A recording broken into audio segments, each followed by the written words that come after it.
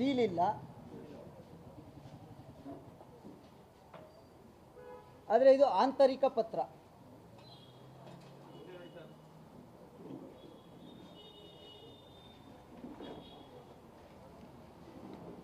ಇದನ್ನ ಒಬ್ಬ ಸರ್ಕಾರಿ ನೌಕರ ಬರೆದಿರದ,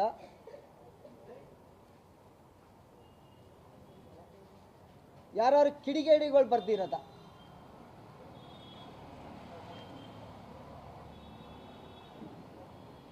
ಇನ್ನೂ ಸ್ಪಷ್ಟನೆ ಆಗ್ತಾ ಇಲ್ಲ.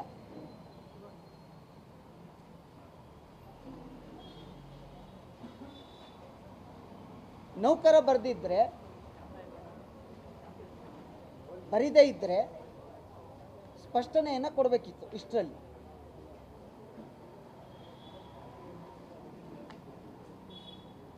ಅದರಿಂದ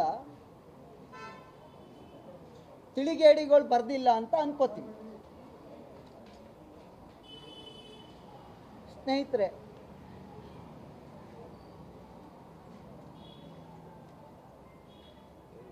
ಕುಮಾರಣ್ಣರವರು ನಿಮ್ಮೆಲ್ಲರಿಗೆ ಗೊತ್ತಿರೋ ಹಾಗೆ ಈ ರಾಜ್ಯದ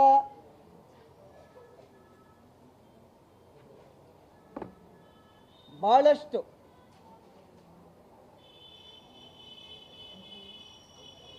ಕೇಂದ್ರ ರಾಜ್ಯ ಎಲ್ಲ ರೀತಿಯ ನೌಕರರನ್ನು, ಅಧಿಕಾರಿಗಳನ್ನು ಯಾವ ರೀತಿ ನಡೆಸ್ಕೊಂಡಿದ್ದಾರೆ ಅಂತ ಅನ್ನೋವಂಥದ್ದು ತಮ್ಮೆಲ್ಲರಿಗೆ ಗೊತ್ತಿರ್ತಕ್ಕಂಥದ್ದು. ಅವರು 2 ಬಾರಿ ಮುಖ್ಯಮಂತ್ರಿ ಆಗಿದ್ದಾಗ ಇಲ್ಲಿವರೆಗೆ ಯಾರನ್ನೂ ಅವ್ರು ಜೋರಾಗಿ ಮಾತನಾಡಿದ್ನೂ ಕೂಡ ತಾವ್ಯಾರೂ ಗಮನಿಸಿಲ್ಲ ಅಂತ ಅನ್ಕೋತೀವಿ. ಯಾರನ್ನು ಇಲ್ಲಿವರೆಗೆ, ಅಥವಾ ಇದ್ರೆ ಹೇಳಿ. ಆದರೆ ಈ ಕಾಂಗ್ರೆಸ್ ಸರ್ಕಾರ ಬಂದ ಮೇಲೆ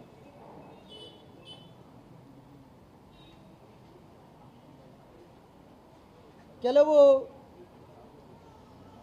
ನೌಕರರನ್ನು ಬಳಸಿಕೊಂಡು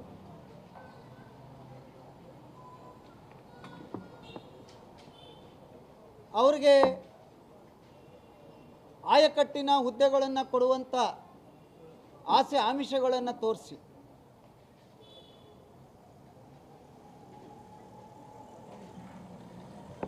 ವಿರೋಧ ಪಕ್ಷಗಳನ್ನು, ವಿರೋಧ ಪಕ್ಷದ ನಾಯಕರನ್ನು ಹೆದರಿಸಿ ಕಟ್ಟಾಕುವಂಥ ಕೆಲಸವನ್ನು ಮಾಡ್ತಾ ಇರ್ತಕ್ಕಂಥದ್ದು ಈ ರಾಜ್ಯದ ಜನತೆಗೆ ಈಗಾಗಲೇ ಮಂದಟ್ಟಾಗಿರ್ತಕ್ಕಂಥದ್ದನ್ನ ತಾವೆಲ್ಲ ನೋಡ್ತಾ ಇದ್ದೀವಿ. ಸ್ನೇಹಿತರೆ, ಒಂದು ಮೊನ್ನೆ ಕುಮಾರಣ್ಣರವರು ಒಬ್ಬ ರಾಜಕಾರಣಿ ಆದಮೇಲೆ ನಾವುಗಳು ನಮ್ಮ ಮೇಲೆ ಆರೋಪ ಬಂದಂಥ ಸಂದರ್ಭದಲ್ಲಿ ಮೊನ್ನೆ ಸಿದ್ದರಾಮಯ್ಯನವರು ಅಥವಾ ಕಾಂಗ್ರೆಸ್ನ ಕೆಲವು ಸಚಿವರು ಗವರ್ನರ್ ಬಗ್ಗೆ ಆರೋಪ ಮಾಡಿದ್ದಾರೆ.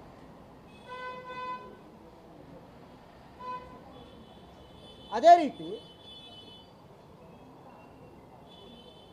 ಒಂದು ತನಿಖಾ ಸಂಸ್ಥೆಯ ಮುಖ್ಯಸ್ಥರ ಮೇಲೆ ಅನುಮಾನ ಬಂದಾಗ ಕಾನೂನು ಹೋರಾಟ ಒಂದು ಕಡೆಯಾದರೆ ದೇಶದ ಸಚಿವರಾದಂಥವರು ಜನರಿಗೆ ಆಗಿರ್ತಕ್ಕಂಥ ಲೋಪವನ್ನು ತಿಳಿಸುವಂಥ ಜವಾಬ್ದಾರಿ ಕೂಡ ಇರುತ್ತೆ.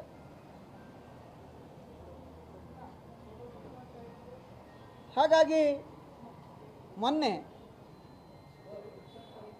ಪತ್ರಿಕಾಗೋಷ್ಠಿಯ ಮೂಲಕ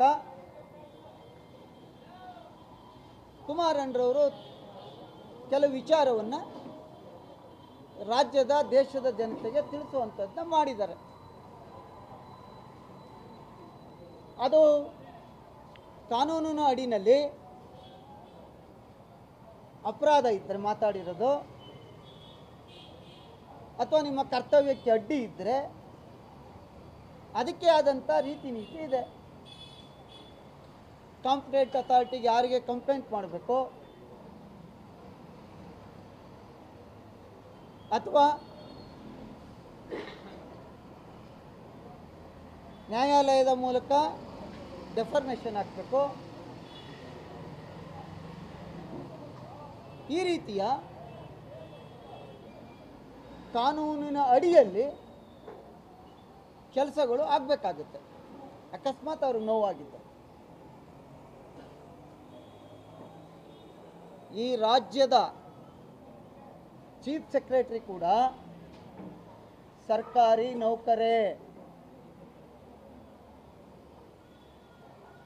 ಈ ರಾಜ್ಯದ DG and IG ಕೂಡ ಸರ್ಕಾರದ ನೌಕರ.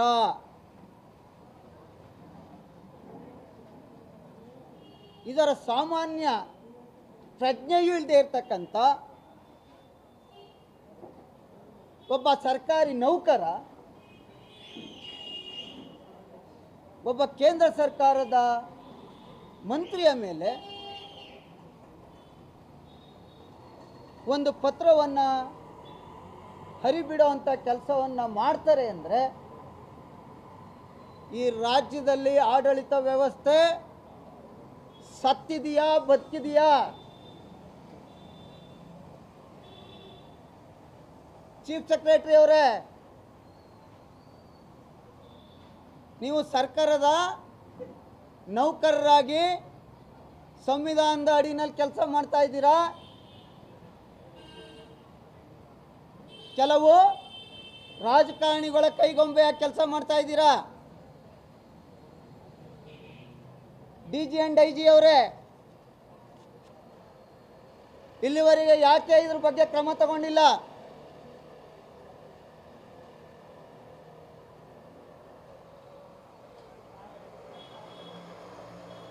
ನಾನು ನಿಮ್ಮ ಮೂಲಕ ಕೇಳುವಂಥದ್ದು, ನೋಡಿ, ಅನೇಕ IPS, IAS, IRS, KAS ಸರ್ಕಾರಿ ನೌಕರರು ಈ ರಾಜ್ಯದಲ್ಲಿ ದೇಶದಲ್ಲಿ ಕೆಲಸ ಮಾಡ್ತಾ ಇದ್ದಾರೆ. ಭಾಳಷ್ಟು ಪ್ರಾಮಾಣಿಕರು ಒಳ್ಳೆಯವರು ಕೂಡ ಇದ್ದಾರೆ. ಆದರೆ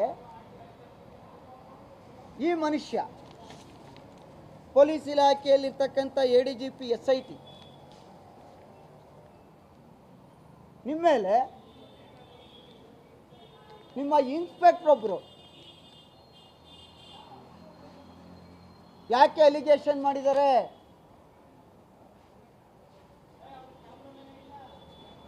ನೀವು ರಿಯಲ್ ಎಸ್ಟೇಟ್ ಮಾಡ್ತಾ ಇದ್ದೀರಾ ಅಂತ. ಯಾಕೆ ನ್ಯಾಯಾಲಯ ತನಕ ಹೋಗಿದ್ದಾರೆ?